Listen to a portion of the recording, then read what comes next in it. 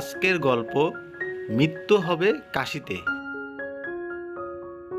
গোপালের জ্যোতিষ চর্চার খ্যাতি শুনে দূর গ্রাম থেকে হাত দেখাতে এসেছেন এক ভদ্রলোক।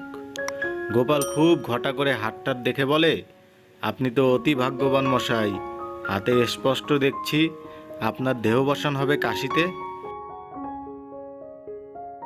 পুণ্যস্থানে মৃত্যু হবে জেনে ভদ্রলোক খুব খুশি মনে ফিরে গেলেন। কিছুদিন যেতে না যেতেই ভদ্রলোকের ছেলে এসে উপস্থিত।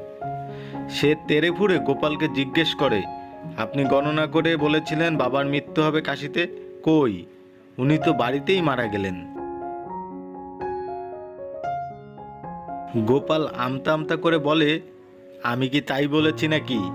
আমি বলতে চেয়েছি উনি কাশতে কাশতে মারা যাবেন। তা সেটা ঠিক বলেছি কিনা বলুন। বন্ধুরা, ভিডিওটি যদি আপনাদের ভালো লেগে থাকে অবশ্যই লাইক, কমেন্ট এবং শেয়ার করতে ভুলবেন না। ধন্যবাদ।